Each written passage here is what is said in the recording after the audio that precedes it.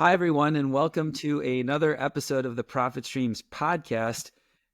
And my guest is Dr. Steve Mayner from Scaled Agile, a friend, a colleague, someone I've known and admired for quite a while, someone I've had the chance to work with, wrestle with in terms of idea wrestling, and just someone I'm absolutely thrilled to have on the podcast.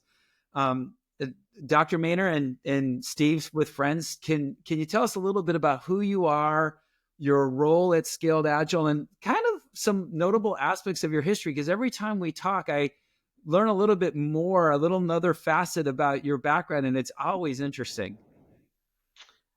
Sure. First of all, Luke, thanks for having me. It's a delight. Start a new year with getting the brain cells going and thinking big thoughts. So thanks for the invitation. For your audience that may not know me, my name is Steve Mayner. I have been with Scaled Agile now it'll be 9 years next month. So I started with the company not in the very beginning, but not too far off of that. I think I was employee number 28, if I remember correctly. So the world has spun a few times since then. But how I landed here, so I've been in the technology space for now approaching 37 years. So that's why you see all of the gray stuff growing here. I began as just a typical technical person. I began in software development in a very, very different time for software development. So I coded in some 3GL languages and some COBOL and some RPG and things that most kids today will never have heard of. Spent a few years with that, then went into systems engineering and data center kind of stuff. And then, like many technologists, you start moving through the management ranks, and I did that for a number of years in different industries. I was in finance and banking and insurance, and worked for a little boutique engineering company for a while, building highly redundant systems for companies like Southwest Airlines. So yeah, that's just kind of a typical tech background. As I got into leadership roles, I was working in healthcare mostly at that time. So I went through manager of my own team and department, and then VP running all of our remote locations and the country's largest long-term care provider. We had about 1,200 facilities in 34 states and was responsible for all that technology out there. And went from there to being the CTO of health IT startup out in LA, which we were doing some pretty cool things to build software as a service before that term was ever coined, which was pretty neat. So I got to see the before times. And then 9/11 happened. And in parallel to all this, I was a reservist in the Air Force, and so immediately put on active duty, where I stayed for the next 18 months, supporting Operation Enduring Freedom out of Washington, D.C. And when that spun down, I decided with my wife to stay in D.C., continue to raise our children in the nice, quiet Southern Maryland town that we had settled in, and stayed there for the next 22 years. Most of that time, as you would probably suspect, being in DC, I worked with the government and worked for a lot of different system integrators, supporting all kinds of government agencies over the years in all kinds of technology programs, and kept doing that right up until the last company I worked for before Scaled Agile was acquired by one of our competitors. Was not really happy about the culture that new leadership team was bringing in compared to what we had before. Put my feelers out, said, hey, I think I'm going to be looking. And less than 24 hours, I get this phone call. Look down at my phone, at the name on the phone, and it says Dean Leffingwell. Now, it's not quite the same as getting a call from the White House, but it's almost right there, right? Yeah. Yes. And, so he says, hi, hey, Steve, it's Dean. We had met at an Agile Alliance conference a couple of years before, and he said, got your message, happy to help, but I got a better idea. How about you just come work for me? and got on a plane, and that was that. So that's about a 37-year career in about 4 minutes. So Oh, that's amazing. And one of the things that I like about your career is that you have both this mix of public service and startups and small companies and big companies. So you really have a broad background. Now, for listeners who aren't aware of this, the Scaled Agile framework is constructed and kind of managed, but it's more of like a stewardship with a group of people, and you've been in that group for a number of years. yeah. And in that group, while I would say that the framework team is a collective ownership, there are people who take kind of a more active role in a couple of areas. And a couple of the areas that you've taken a more active role is in the government application of the Scaled Agile framework, in leadership, culture, mindset, and finally, lean portfolio management. So today, I'd like to talk a little bit more about lean portfolio management and the intersection with something that I think that is quite profound, and that is you've also invested a lot of your time recently in artificial intelligence and this fast-growing, burgeoning field. So let's start by looking at some of the notions of just initial thoughts about leadership and lean portfolio management, and then blend in some of the thinking that you might have about artificial intelligence. Sure, of course. Now, for those that may not know and may not have picked up from Luke's comments, Luke and I had the honor of working together for a period of time at Scaled Edge during the time where we were really introducing our guidance on lean portfolio management to the market.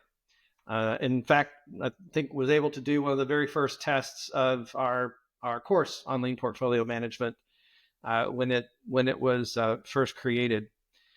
So one of the things that I've really enjoyed in terms of being involved in that is, as I described in my background, more toward the later part of that career in industry, I was in those seats.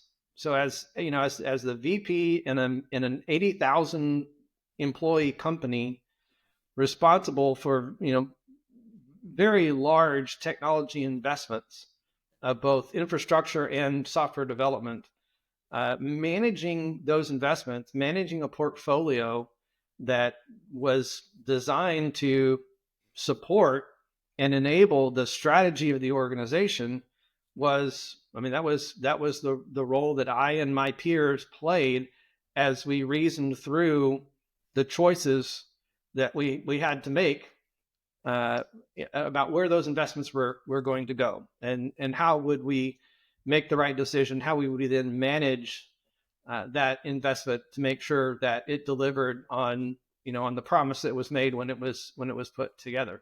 So I lived that responsibility as an IT executive, and so fast forward years later, all the struggles of the way we traditionally did that I lived through came right back to the surface as we were reasoning through what's a better way to do this in an organization that's recognized the importance of adopting a lean, agile approach to technology development, recognizing that technology development is in of itself an empirical process. It's not a defined process.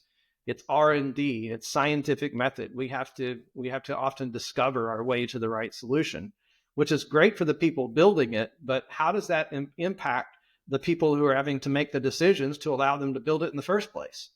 Right? Is there a meta pattern that they should also adopt? And of course, through the insights and leadership that you provided and our team invested in to build our LPM guidance and training, the conclusion we clearly came to was yes, absolutely, we can take those same principles and apply them to that decision-making process so that we give ourselves the ability to make smaller investments, to test an idea, to get tangible feedback on whether that's going in the right direction or not, and then invest further or not, or adjust, pivot, stop, whatever, whatever is the appropriate answer based on the data, just like any good scientist would do, right? You have a hypothesis, you create an experiment, you run the experiment, and then you check the data.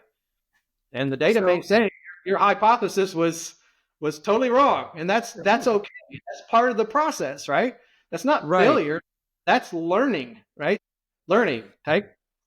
So one of the things that I wrote down in my note when you were talking was you've used the word invest and investment consistently, which I think is what leaders do. We make investments, but you also use the phrase delivered on the promise. And I want to pull on that one a little bit, because a lot of times you'll hear people in lean portfolio management talk about financial returns. And I wonder if the phrase delivering on the promise allows us to, were you thinking of more than finances, or is there something in that phrase that I think would be important for us to understand?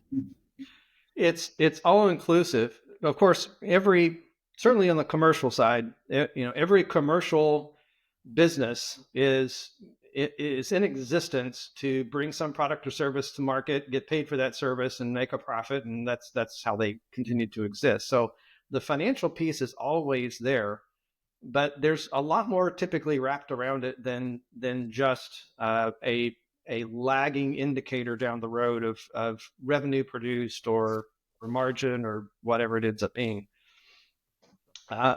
Especially in this day and age, there are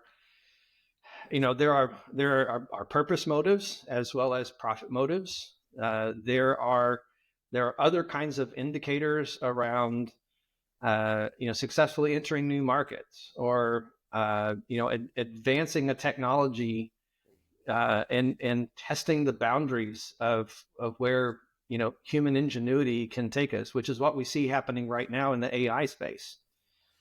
Right, there's a lot of investment going on, and is that going to turn into long-term profitability eventually? Well, those companies hope so. Otherwise, the investors are going to be very disappointed. But for now, some of those shorter-term goals are less profit motive and more scientific development motive, right, that ultimately lead to the profitability. So yes, there are always the financial, you can't get far from that, because people who invest money expect something in return in whatever flavor that is. But there are also other factors that are right. There's that purpose that you talked about. So and since you've done so much work in the government sector, that would also align to say I'm making an investment in a social program, and the promise of the social program might be reducing homelessness or reducing some other societal challenge that benefits society. I like that. I like the phrase delivering on the promise because we do make investments based on a promise. That leads us to this area of leadership that you've done so much work in.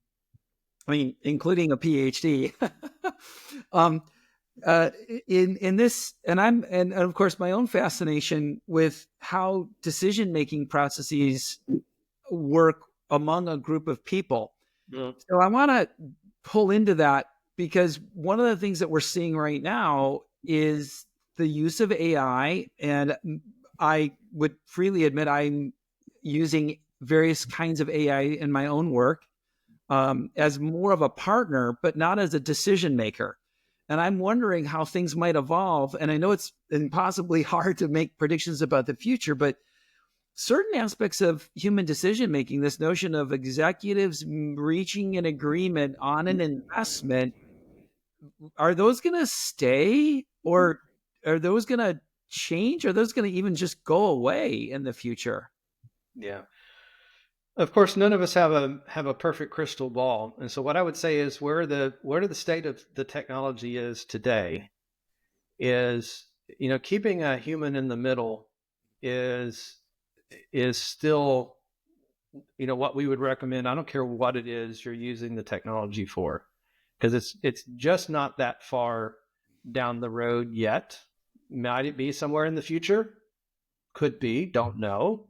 But whether you're using AI to write code, whether you're using AI to to design an improvement to an MRI machine or do a diagnosis, or whether you're using AI to write a better email, there's still that point right now where before that goes out the door, the human still has to be in there because, for all of the appearance of the responses we're getting back from the AI looking, very human, like it's been reasoned through like a human, uh, and could be trusted like a human decision.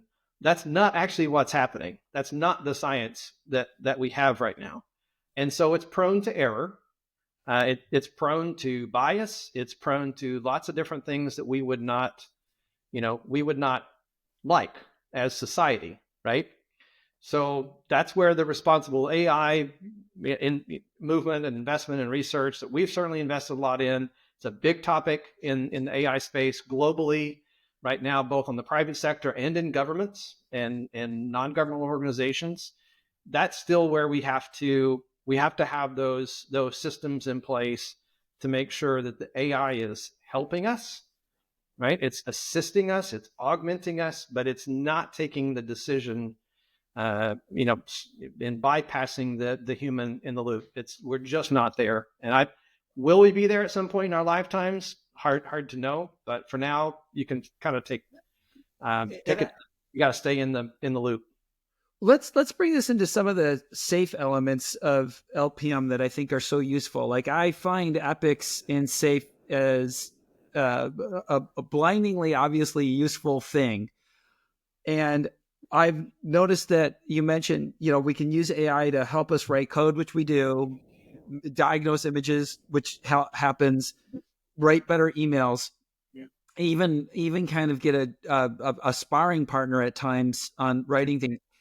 Do you envision or have you seen people starting to use AI systems in lean portfolio management? For example, help me write an epic hypothesis statement or in those kinds of arenas?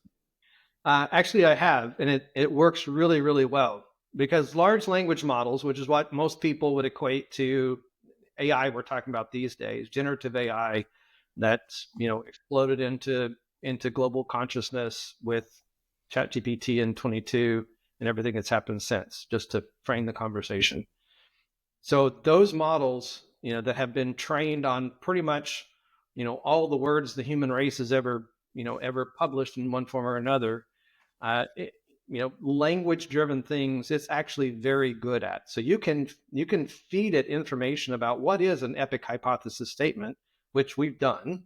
You can use our GPT, and it already knows that, or you give them the structure and definition to any other one, and it will learn that and then take your information and give you it back in the right format. But then you can give it the context, and from that context, it can synthesize and build a mathematically most likely linguistic result that fits in the format that you gave it, that is pretty darn good. Now, it's only as good as what you give it, right? So Right. it doesn't know your company, it doesn't know your product, it doesn't know your strengths, your weaknesses, your organizational structure. It knows none of those things. So it's only going to be as good as the information that it has. So what you give it to give you a result back is, you have to take that into consideration.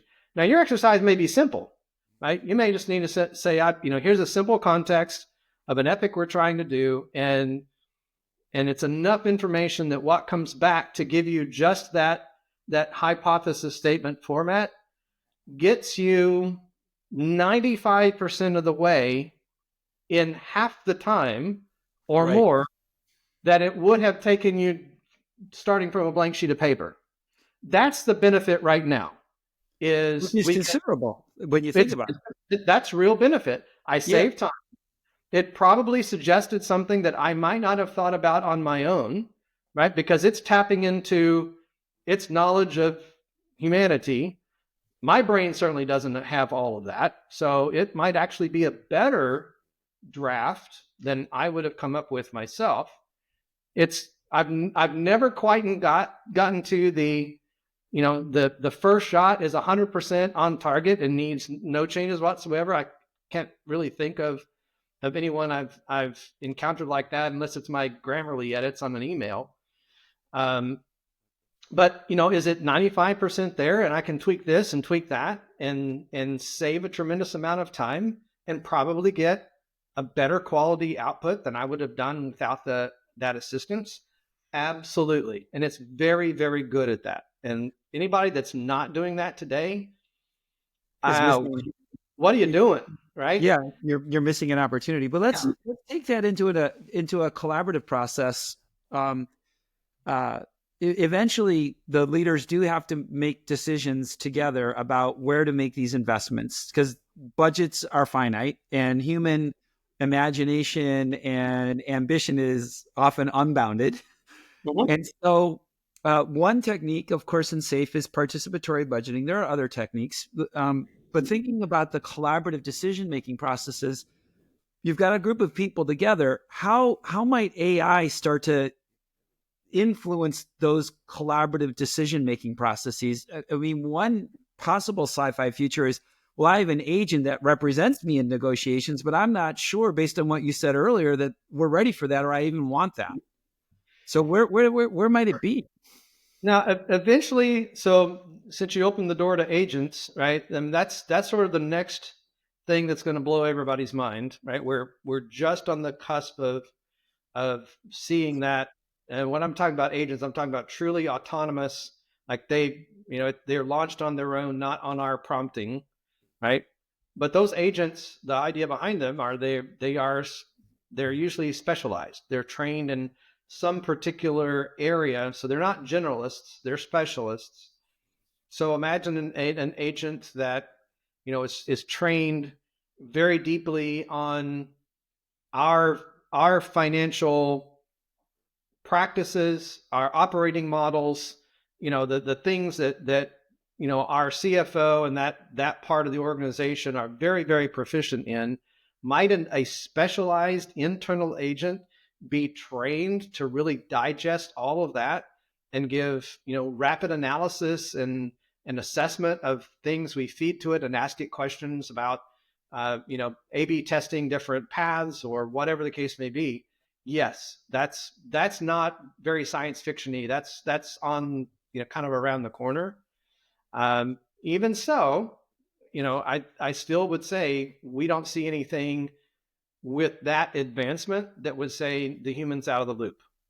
Well, and I often wonder if the human could ever be out of the loop, because I don't know if our legal system allows us to have a human out of the loop. Eventually, there's an attribution of liability of a decision being made, which gets into shareholder liability, board governance, board liability. And one of the things is I was preparing for our podcast, as I started to, even though we shared notes back and forth, on one of my last runs, I put in some miles on thinking about, wait a minute, even if we could have an agent that has this information and it could help negotiate and make negotiations, I might have to be involved because of who's liable for the outcome. Sure.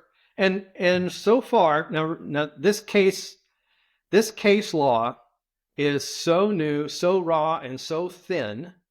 The number of attorneys who are proficient in this space is so small that they're booked out forever. With companies trying to get that expertise, right? But what I've heard and have read and watched many presentations on this topic, and as far as I can tell, that as long as there is still that human in the decision, you can have the AI, write your own version of War and Peace. But as long as you are the last point in the chain that a human says, this is good, this is not good, I take it, change this, and now I'm sending it forward as the human, then, the human's still the liability. It doesn't, and I could give you an example, and this is a case that a lot of people may have heard of, but the case of Canada Air and their customer service chatbot inventing a discount program that didn't actually exist, right? Wow. Okay. Well, a customer claimed that program, was denied that benefit because people said, we don't have such a program. Well, your chatbot says you do. Took Canada Air to court. The court ruled in favor of the customer. Right? So we're starting to get those pieces of case law precedent that are establishing it doesn't matter what your technology does or says, you didn't have a human in that last step to make sure that what it was committing to on behalf of the company to a customer was in fact correct.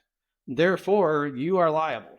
Yeah, and there is case law that talks about when a company makes a mistake, whether by algorithmically driven pricing or by human pricing, they have to honor the price. So that would seem to be consistent case law.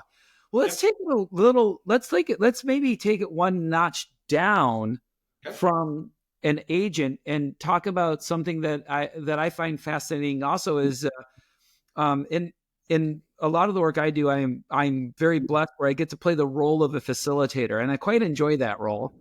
Um, um, but I also am very sensitive, and I don't think I do it perfectly well. But facilitators are biased, and we have bias, but we're also seeing that quite explicit biases can be developed into an AI facilitator. So what kind of, and bias doesn't mean it's negative. We can have positive biases. So Right. what are your thoughts about having, instead of an agent representing the leaders in portfolio management making a decision, but more agents who help the leaders negotiate amongst each other? Like, hey, Luke, I see that you're being a little, you're ignoring some of the risks. Are you sure that's what you want to do? Where do you think that might evolve? Yeah. I I mean, I think that's a little bit further. Like I haven't seen that in practice. I'm not saying it exists. I just haven't seen it. But if you think about the pieces we would need for that to be realistic, think about. I'll just give you a very simple example. Think about the AI tools we already have, and so many people are already using that attend meetings with us and listen to the conversation and record the conversation and summarize the conversation and identify where a decision was made. Right there. I mean, that's commodity technology right now.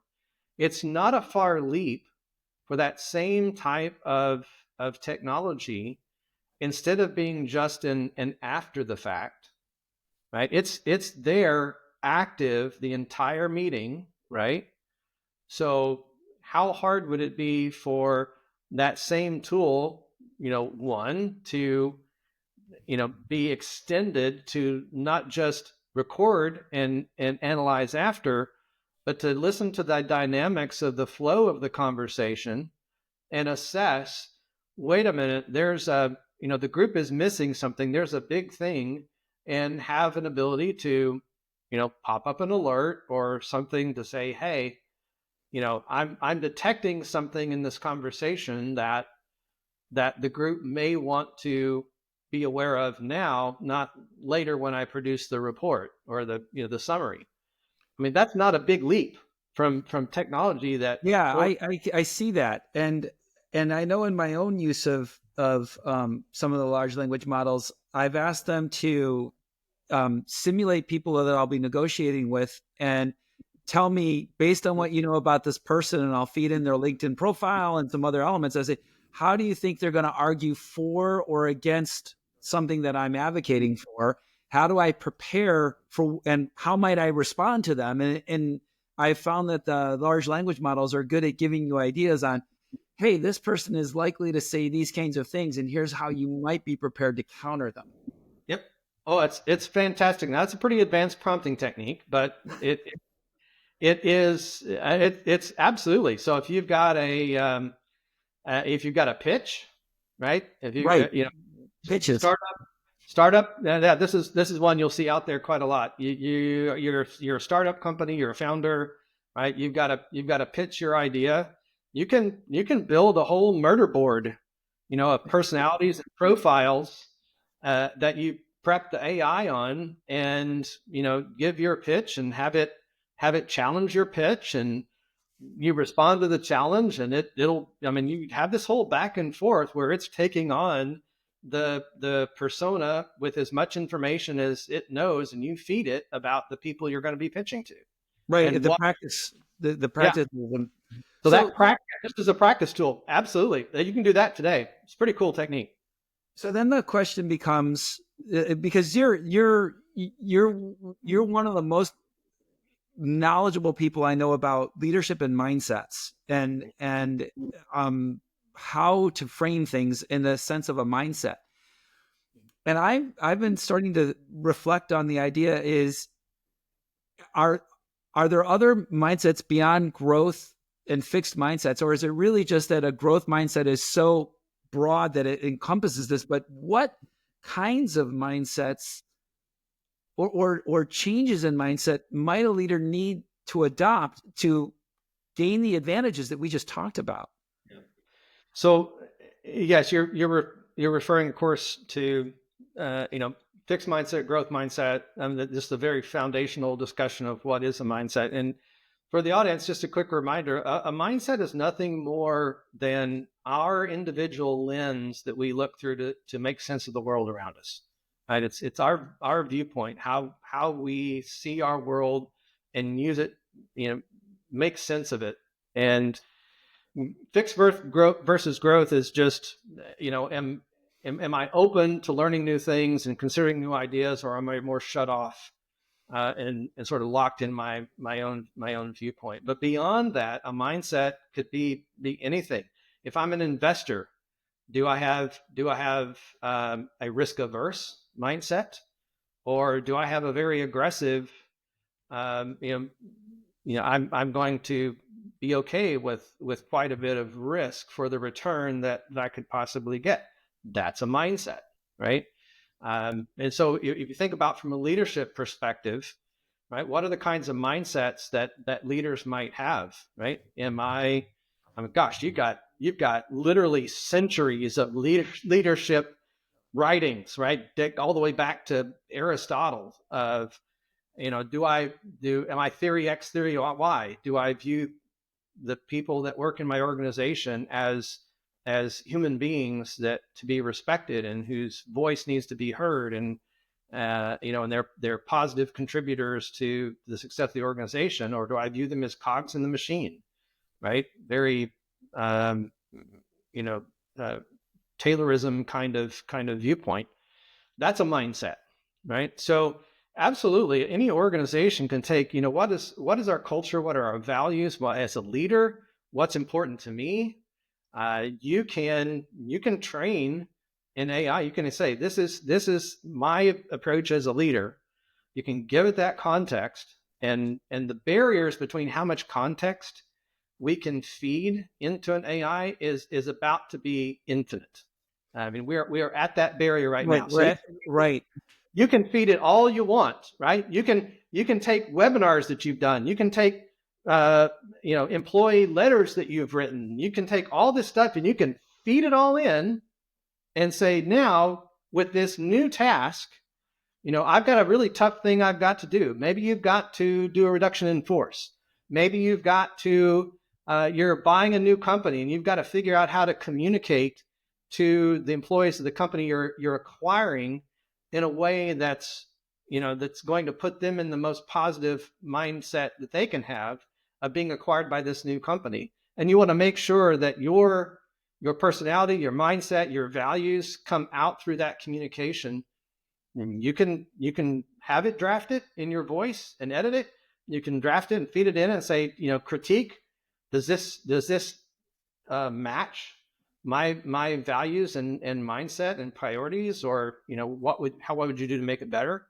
So it is a fantastic companion for for a leader today that is not using this technology to become a better leader, again, you are behind.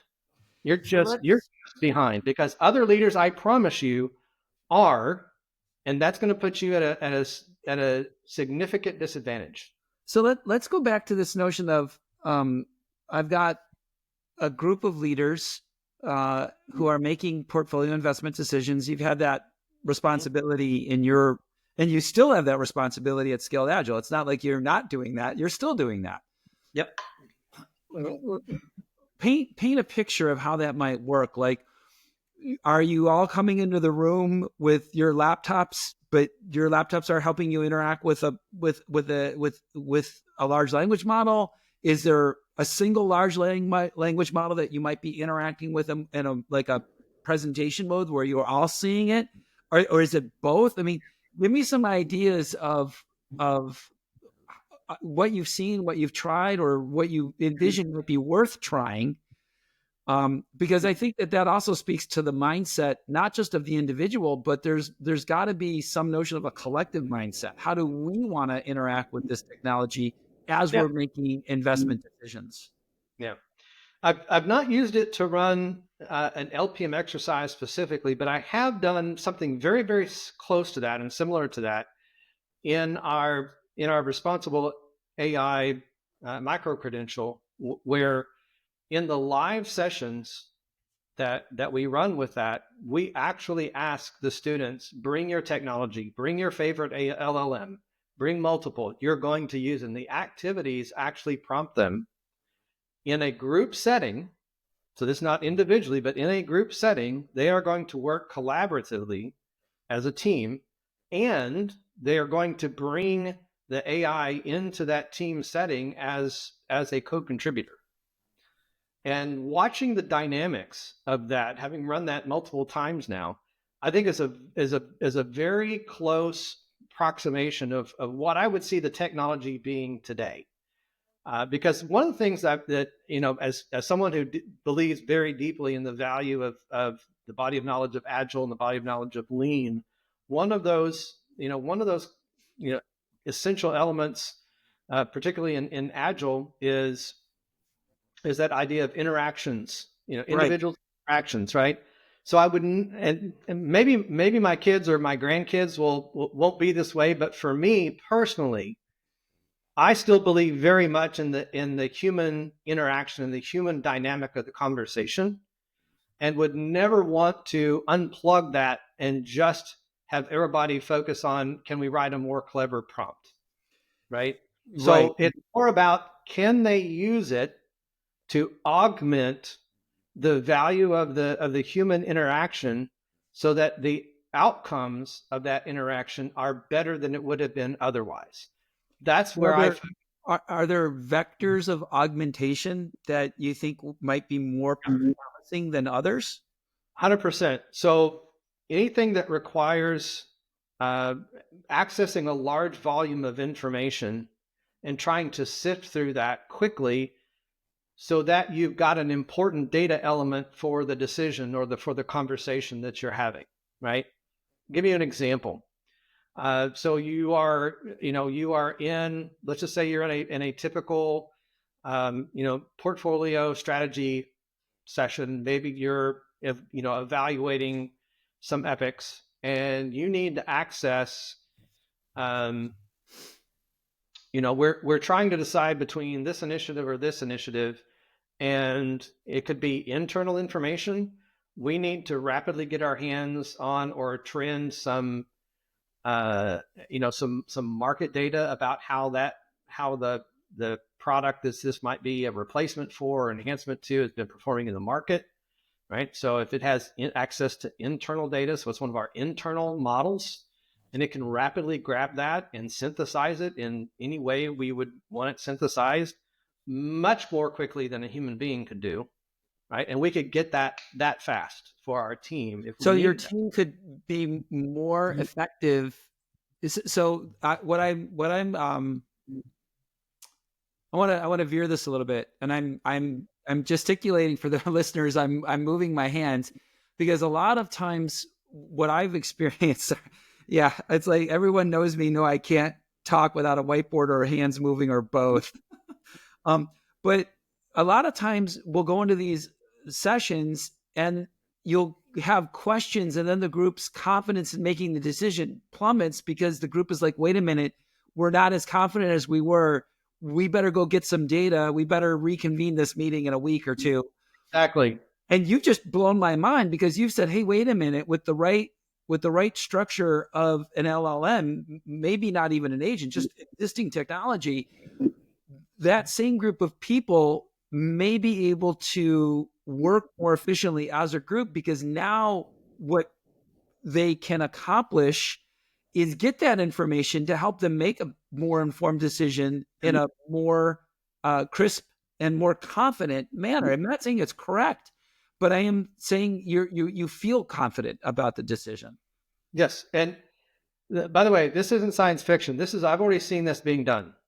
Right Okay. now, it's it's not. It's just starting to become productized and repeatable.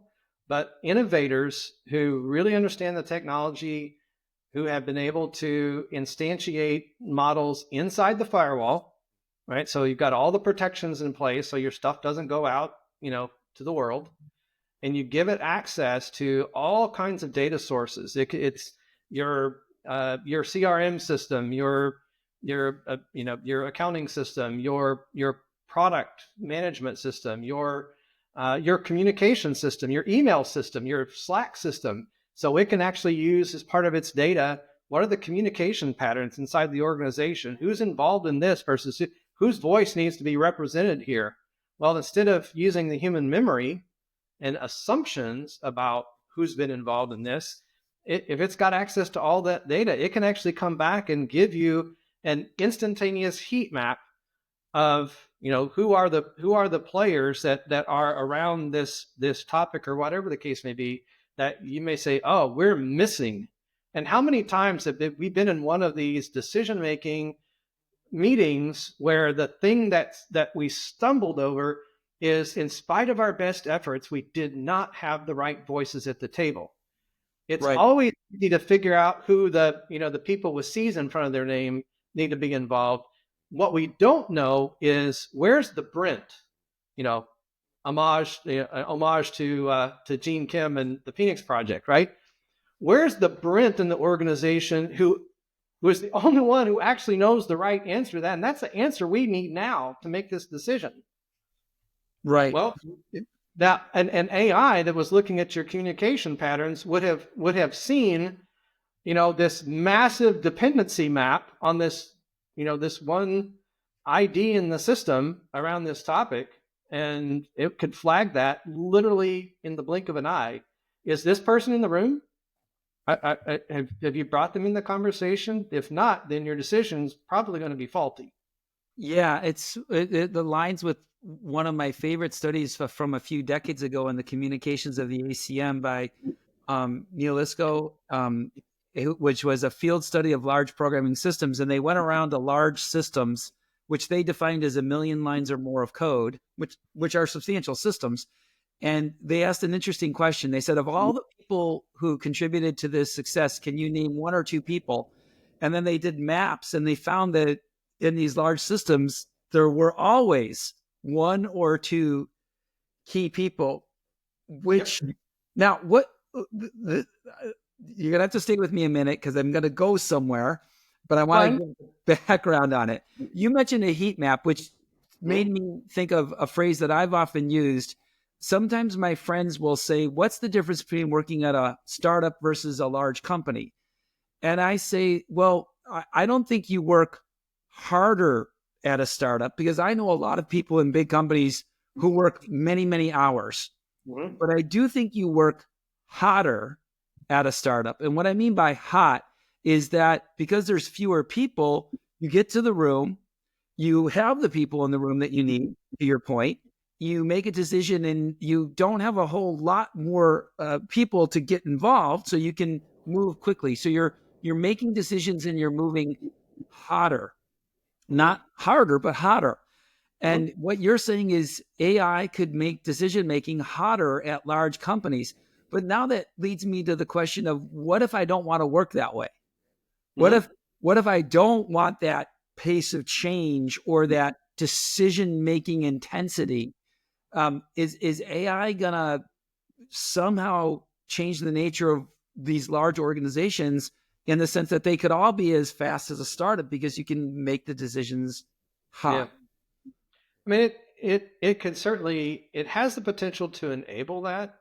But again, let's go back to where we started. It's the humans are still in charge, and it's only Mm. going to do what the humans, think about, enable, accept, right? So we are still, even though the science fiction fans among us might wish otherwise, we are far, far, far away from Skynet.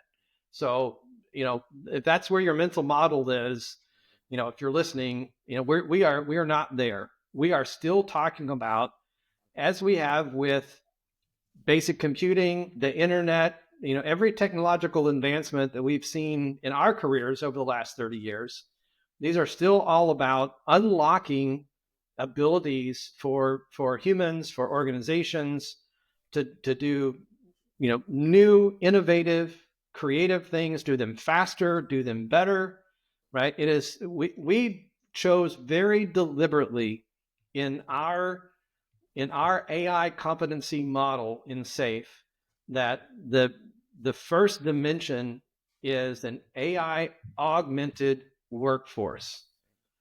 Not that AI is replacing the workforce. It's all about the workforce and how AI is helping us as humans, not replacing us, right? Not that model. And I'm not saying that you can't find examples of people being laid off because of AI. Unfortunately, that does happen. Personally, I think it's a little short-sighted, but that's another podcast.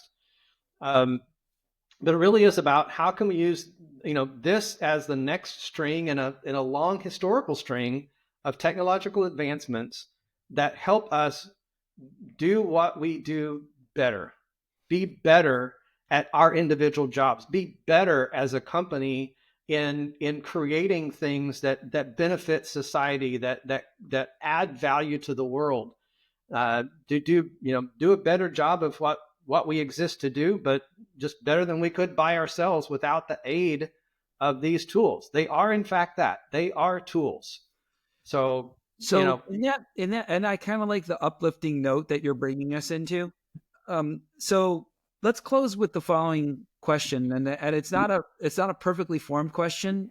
So I'll toss out a lifeline to help you to ask you to help me ask the right question, which is, um, you talked about leaders who need to start using this technology if they're not already, and I've been bringing in this angle of portfolio management and some of the collaborative decision making. So let's see if we can bring these two together, and maybe a couple of pieces of actionable advice or experiments that people might want to try, in a sense, a meta experiment about decision making processes.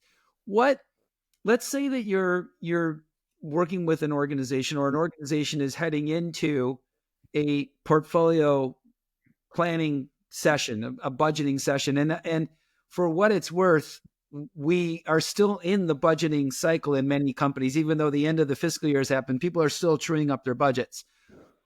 What one to maybe three things, I don't want to go too many, but what one, two, or three things might you suggest that that portfolio team could explore the use of AI doing with them, for them? Because I like putting in an agent in an AI system that would grind up all my data. That sounds really exciting, but that might be too slow.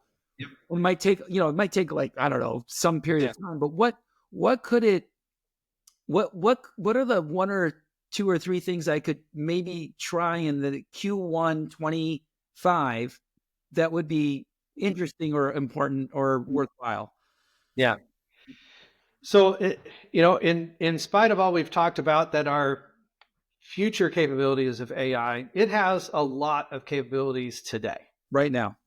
that we can leverage right now. And rather than starting with the AI and trying to find a problem, my first suggestion would be do the opposite, right? So as we go into this portfolio planning session, what are the problems we're trying to solve? What are the barriers that we seem to have in front of us?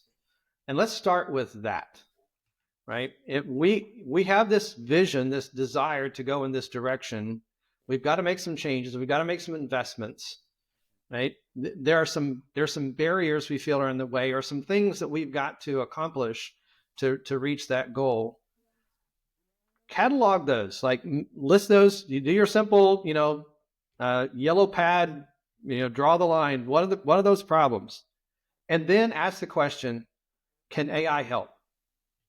It's that simple. That is the most powerful one thing I could ask everybody to do every single day, is when you're charging out to go do something, to solve a problem, get a task done, take a second and pause and just ask yourself, can AI help? Now, I'll take it one level further. Can AI help us now? Which implies, do we have enough knowledge about AI? Do we have enough capability? Because our knowledge of what AI can do is probably more limited than its actual capability. So, to your question, it doesn't do any good to say, well, let's use AI to do something that's so far beyond where our learning is right now that's not really a realistic way to deploy AI in this moment, right? So take the capabilities of what we can harness, and just ask the question, how can AI help? And the answer, trying to get to your, what are one, two, or three things, is really hard, because what is the problem that they selected that they want AI to help with? It could be things like, we have, going into this portfolio planning meeting, our company has adopted a new strategy, and we're trying to understand how to be the execution arm of that strategy in our portfolio. How does that strategy impact, Right. Our product set? What things should we be building new? What changes should we be making to existing product lines? Right? Let's just take it as a scenario like that. Well, think about what we've already talked about. If you can feed context, AI is going to be really, really good, especially if you use some of the more advanced AI prompting techniques, which are easy to get to. I just did a boot camp in December before Christmas, just because I like saw learning. that on your LinkedIn feed that you Yeah. that you picked up an advanced prompting certification. Yeah, it was cool, and I'd learned a couple, tips and tricks. And so, depending on how your learning journey has been, take those tools, right? Feed the context, and maybe you want to give the AI a persona, right? Is the persona a a strategy specialist, or whatever you want it to be? You feed it the context, maybe the market that you're in, information about your product, and information about your competitors, information about the strategy you've decided to adopt, and you ask it to, do a SWOT toes analysis, Right. on this strategy, right? And it's going to take all that information that you gave it, plus all it knows about the world and what it can get to through the internet, which now they pretty much all can do. They're not limited by just their training data, right? So it can take all of that, take the problem you asked it to do, take on the persona that you asked it to take on, the resulting output that you asked it to give you as the result set, in this case in the form of a SWOT toes analysis, and let it go to town and see what comes back. Is it going to be perfect? No. Is it going to maybe accelerate your thinking and planning going into that session much better than what you would have done if you went through that activity by yourself and without that aid? I can almost guarantee it. Yeah. Right? So already we've got to a better result faster in our LPM exercise than we would have without that aid. So I'm going to frame it as it seems to be there's a couple of distinct things I can do in the prep phase. Mm-hmm. And there's some things that we can also do in the actual moment element. And for sure, the prep phase has capabilities right now. There's AI LLM tools readily accessible as of January 2nd, 2025. And what you your answer, my own mind started going, oh, wait a minute. Based on what Steve just said, and for the listeners, if you're not familiar with a SWOT or a TOES analysis, we'll put a link in the show notes for you. Mm-hmm. But Steve, what also got in my mind was, wait a minute. Some of the prep work that I've done with our clients heading into LPM is you get the epics and they're very inconsistent. Some epics are more thorough than others. Some have a hypothesis statement that was crafted well, and some have a hypothesis statement that was barely crafted at all. And I can imagine feeding all of what you just said and then feeding my epics, Yeah, the items of consideration for the portfolio decision, and say, hey, tell me which epics might need more work so that there's a absolutely. more consistent set of information for the leaders to make decisions against.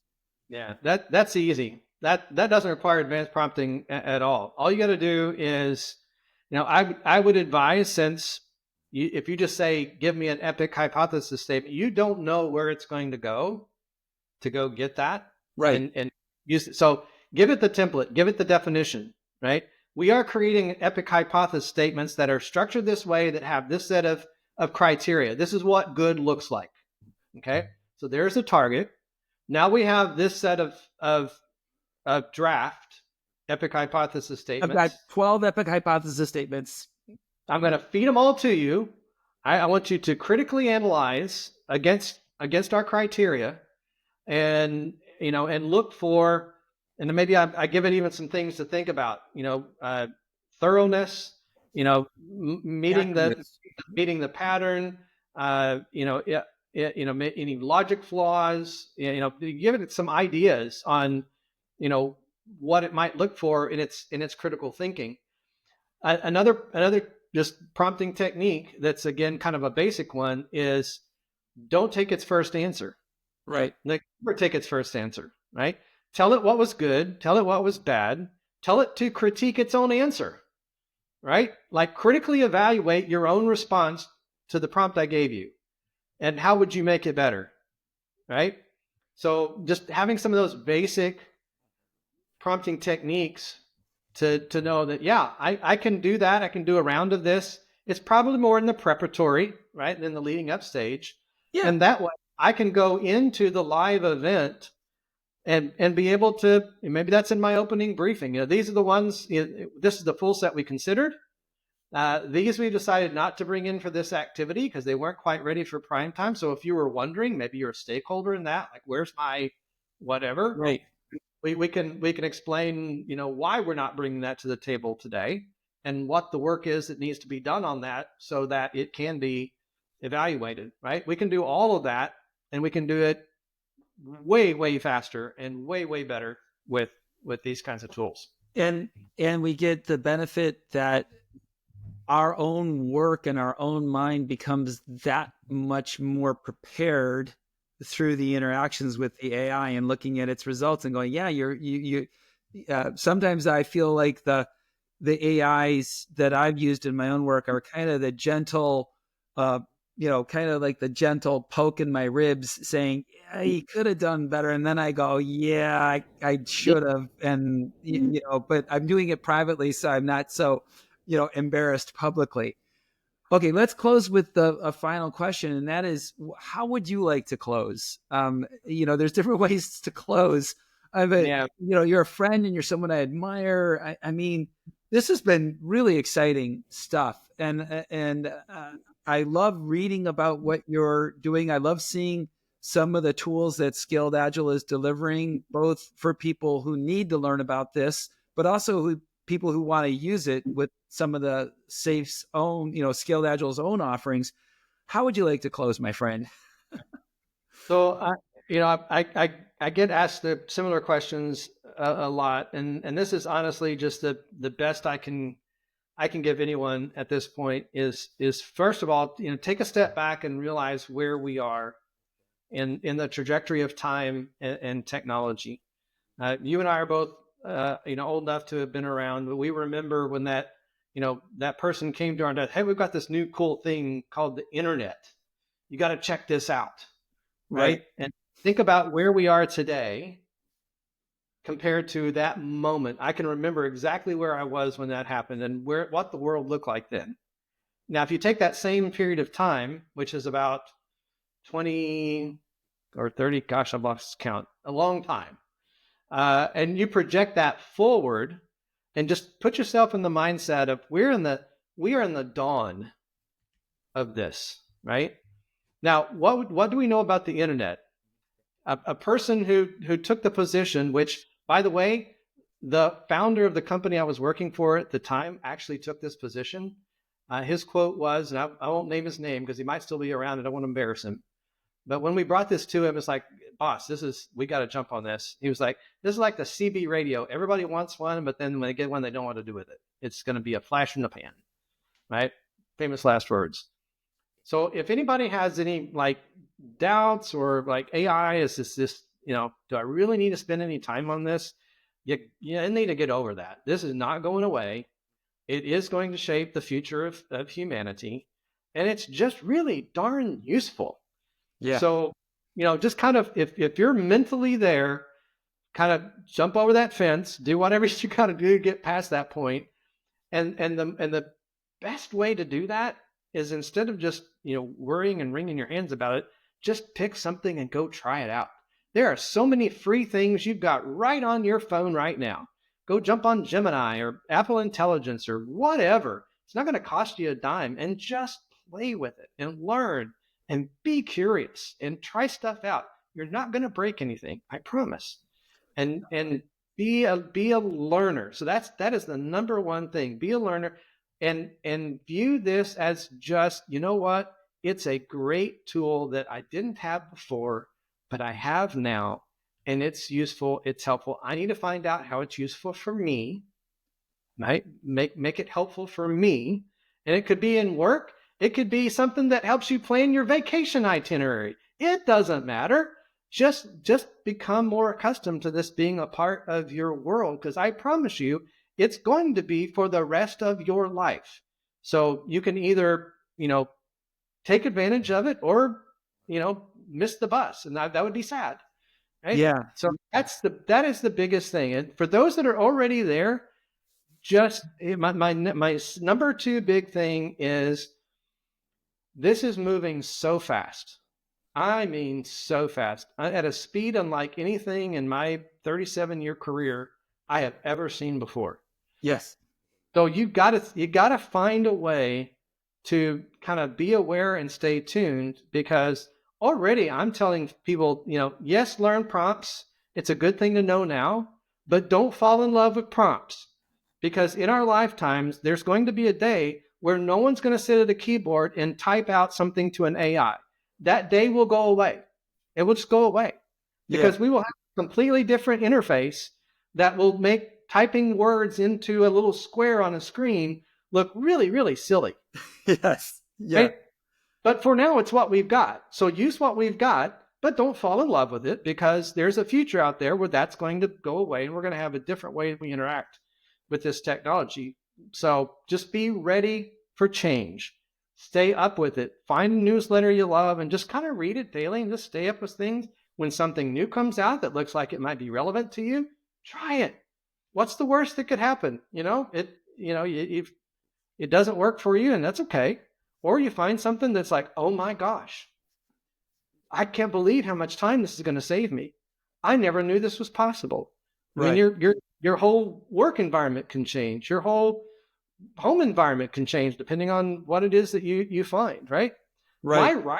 My writing will never, ever be the same. And I was a pretty okay writer before. I mean, passed my thesis, so I guess it wasn't terrible. Right? But my writing will never go back. Right. I wouldn't want to go back, because it is so much better than it ever was before. it's changed that part of what I bring to any time I've got a task like that. So those are my two big things. Don't fear it. Dive in. If you're already in, stay curious. Keep trying things, because just when you think you got it figured out, the world's going to turn upside down again at a pace you've never seen before. So just be okay with that, because it's going to do that whether we're okay with it or not. Yeah, it's gonna do it's gonna do its thing. Steve, thank you so much. This was so exciting, and I've got 5 pages of notes, and we'll go through some of what you said. We'll add some links into the show notes. We'll make sure people know how to get you. You're pretty easy to find. I'll make sure that we've got mechanisms for people to come. And of course, for all the listeners, I would strongly advocate looking at the Scaled Agile framework and some of its credentials and trainings about AI, some of the certifications, some of the own Scaled Agile offerings in this space. And LP. Yes, and LPM. Yeah. Steve, thank you. Thank you, Luke. It's great to see you.